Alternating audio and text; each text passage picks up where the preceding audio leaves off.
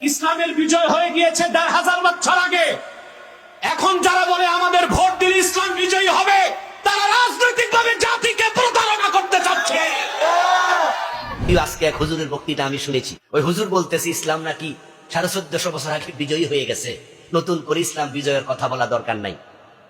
বরং তোমরা যারা ইসলামী দল করো, এক হুজুর বলতেছে, তোমরা যারা ইসলামী দল করো এটা তোমাদের দলের বিজয়, ইসলামের বিজয় না। ইসলামের বিজয় ১৪৫০ বছর আগে হয়ে গেছে। আর ওনারা বলতেছে আমাদেরকে ভোট দিলে ইসলাম বিজয় হবে। বেটা, কোন গোত্র, কোন ব্যক্তি, কোন সম্প্রদায়ের বিজয়ের সাথে ইসলামের বিজয়কে তুলনা করা যাবে না। আমি আশ্চর্য হলাম সে হুজুরের আলোচনা শুনে। কি কথা তিনি বললেন! ইসলামের বিজয় নবী মুহাম্মদ সাল্লাল্লাহু আলাইহি ওয়াসাল্লাম করেছেন মদিনায়, করেছেন ফাতহে মক্কার পর মক্কার সীমানায়, কিন্তু তখনও তামাম পৃথিবীতে ইসলাম পৌঁছে নাই। হযরত ওমরের সময় ফারস্যে ইসলামের বিজয় হয়েছে, রোমে বিজয় হয়েছে, আস্তে আস্তে বিজয় বেড়েছে, ইসলামের বিজয় ভারত উপমহাদেশ পর্যন্ত এসেছে। আবার আজকের যুগে আল্লাহর দ্বীনের বিধানগুলো পরাজিত, এখন আমাদেরকে আবার দ্বীন বিজয়ের জন্য মাথা তুলে দাঁড়াতে হবে।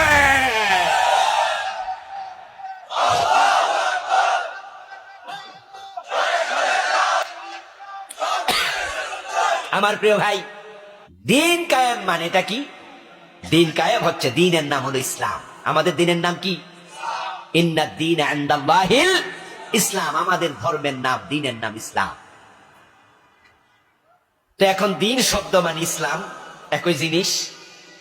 তাহলে আবার আপনি দিন শব্দের জায়গায় ইসলামকে বসাইয়া দেন, তাহলে আন আকিমুদ্দিন মানে আন আকিমুল ইসলাম। দিন কায়েম করো মানে সমাজে ইসলাম কায়েম করো। ইসলাম ছাড়া কোনো দিন নাই। وَمَن يَبْتَغِ غَيْرَ الْإِسْلَامِ دِينًا فَلَن يُقْبَلَ مِنْهُ। আল্লাহ তাআলা কোরআনে বলে, যদি কেউ দিন হিসাবে ইসলাম ছাড়া আরেকটা তালাশ করে, আল্লাহর পক্ষ থেকে সেটা গ্রহণ করা হবে না। ইন্নাদ দীনা ইনদাল্লাহিল ইসলাম। আল্লাহর কাছে একটাই দিন, সেটার নাম হলো ইসলাম। তো দিন মানে ইসলাম। তো দিন কায়েম করো মানে ইসলাম কায়েম করো। এখন কায়েম মানে প্রতিষ্ঠা। যেমন আমাদের উপরে সামিয়ানা আছে, গত পরশুদিনকে এটা এভাবে প্রতিষ্ঠিত ছিল। কথা বলে না প্লিজ। এরকম ছিল পরশুদিন? এটা এখানে ছিল না এইভাবে। গতকালকে দুপুর বেলা আসলে আপনারা এইভাবে দেখতেন না, হয়তো দেখতেন যে বাঁশগুলো শুয়ে আছে মাটির মাঝে। যাকে দায়িত্ব দেওয়া হয়েছে সামিয়ানা বানানোর, প্রতিষ্ঠিত করার, উনি বাঁশ আনছে, কাপড় আনছে, দা আনছে, খন্তা আনছে, কুড়াল আনছে, তারপর উনি কিছু লোক বল আনছে, আইনা এবার এটাকে তিনি বিল্ড আপ করছে, প্রতিষ্ঠিত করছে, তৈরি করছে। এবার তিনি বাঁশ মাটিতে খুঁড়ে তারপরে বাঁশটা ঢুকাইছে, বাঁশটা নড়াচড়া যেন না করে এই জন্য এটাতে আবার ভালো করে হিলানি মারছে। তারপরে কাপড়গুলো আস্তে আস্তে করে টানাতে টানাতে আজকে দুপুরের আগে কত সুন্দর সামিয়ানা তৈরি। যারা দায়িত্ব দিয়েছে তাদেরকে উনি এবার ফোনে বলছে, ভাই দেখে যান, আপনাদের সামিয়ানা আমি প্রতিষ্ঠিত করেছি। কোরআনে আছে আকিমুস সালাহ, নামাজ কায়েম করো। আমরা সবাই জানি এই অর্ডারের কারণে নামাজ কায়েম করা আমাদের জন্য ফরজ, ঠিক না? নামাজ কায়েম করা কি? নামাজ কায়েম করতে বলেছেন কে? তো কোরআনে এটা আছে। এখন আজকে আমি পড়লাম আন আকিমুদ্দিন, দিন কায়েম করো। তো নামাজ কায়েম করো যিনি বললেন কোরআনে, তিনি বললেন দিন কায়েম করো।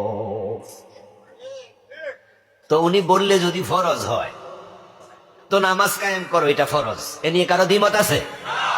তো উনি বলছে দিন কায়েম করো, তো দিন কায়েম করা নফল না ফরজ?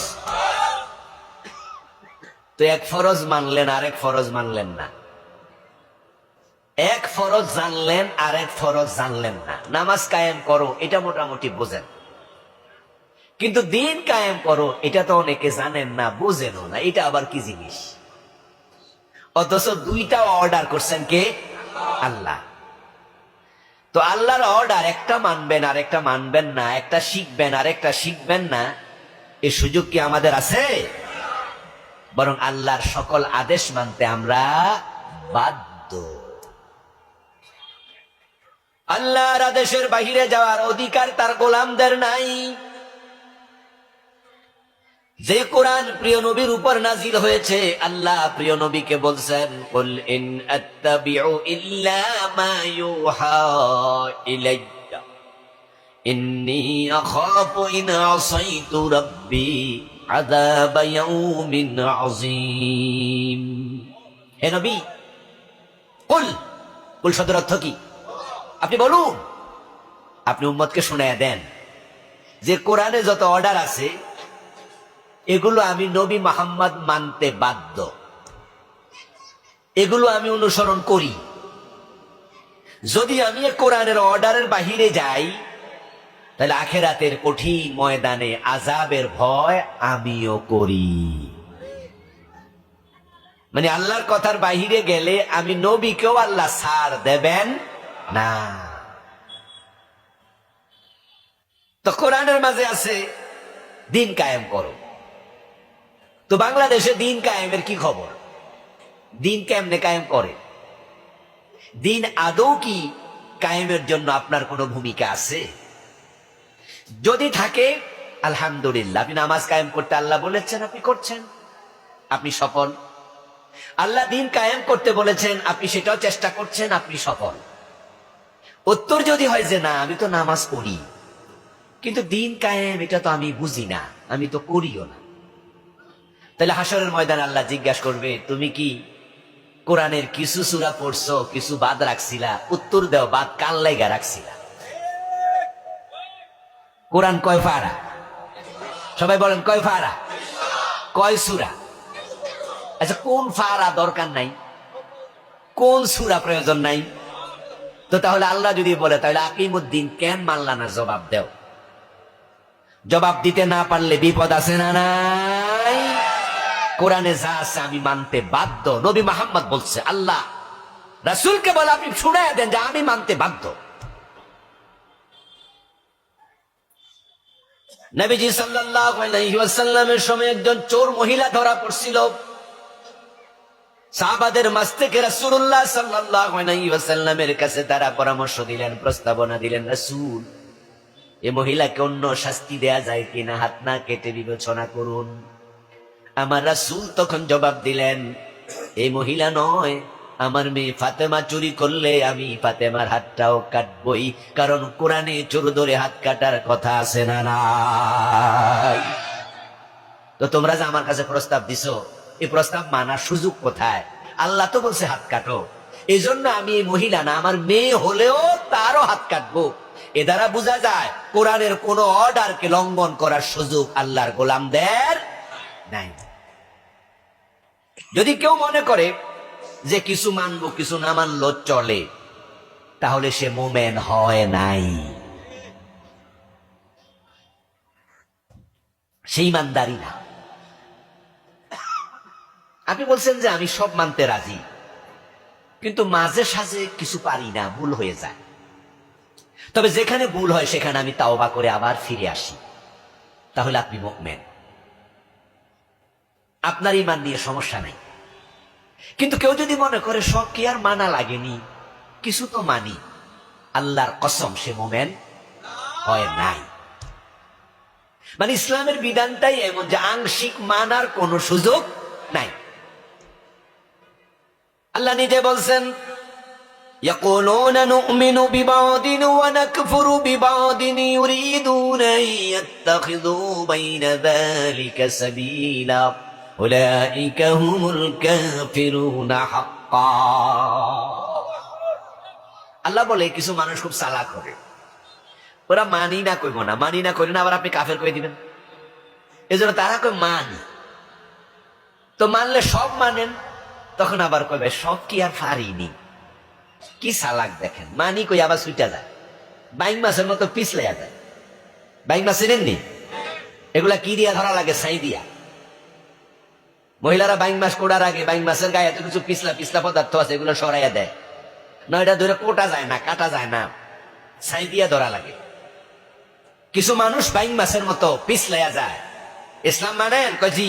সব মানেন? সব কি আর পারিনি। এই যে সব আপনি পারেন না, আল্লাহ আপনার কথা বলছি, ইয়াকুলুনা নু'মিনু বিবাদ, তারা বলবে কিছু তো মানি, ওয়া নাকফুরু বিবাদ, কিছু পারি না, কিছু মানি না। ইউরিদুনা আন ইয়াত্তাখিযু বাইনা যালিকা সাবিলা। তারা মানে না, আবার পুরা মানি নাও বলে না, মাঝে মাঝে চলে। উলাইকা হুমুল কাফিরুনা হাক্কা, তারা অরিজিনাল কাফের। কথাটা বলেছেন কে? আল্লাহর কোরআনের আয়াত শুনালাম, কাফিরুনা হাক্কা, মানে নিশ্চিতভাবে কাফের, সন্দেহাতীত কাফের। ফজরের নামাজ কয় রাকাত? ফরজ কয় রাকাত? বলুন বলুন, ফজরের ফরজ কয় রাকাত? এক রাকাত পরে বাড়ি যে চলে যায় সে সওয়াব অর্ধেক পায়, ঠিক না? 30% পায়। কত? আল্লাহ দিছে 2 রাকাত ফরজ, তুমি অর্ধেক পড়ার কোন সিস্টেমই নেই। যে পড়ে নাই শুয়ে আছে ফজরের টাইমে, সে যেমন বেনামাজি। যে 1 রাকাত পরে আর 1 রাকাত পড়ে না, সে কি অর্ধেকা নামাজি না বেনামাজি? সেও বেনামাজি। অর্ধেক মানার কোন নিয়ম নাই। قال النبي صلى الله عليه وسلم إنما المؤمن كالجمل الأنف حيثما قيد ينقاد। নবীজি বলেন, তুমি তখনই মুমিন হবে যখন তুমি নিজেকে নাকে রশি ঢুকানো ওটের মতো অনুগত মনে করবে। যে ওটের নাকে মালিক রশি ঢুকাইছে, ওই ওট মন মতো আর চলে না, মালিক টানে যেদিকে কদম দেয় সেদিকে। কালেমা পড়ার পরে তুমি কোরআনের কিছু মানবো কিছু মানবো না, এটা বলার অধিকার নাই, বরং মালিক যা বলে সব মানতে বাধ্য থাকবে।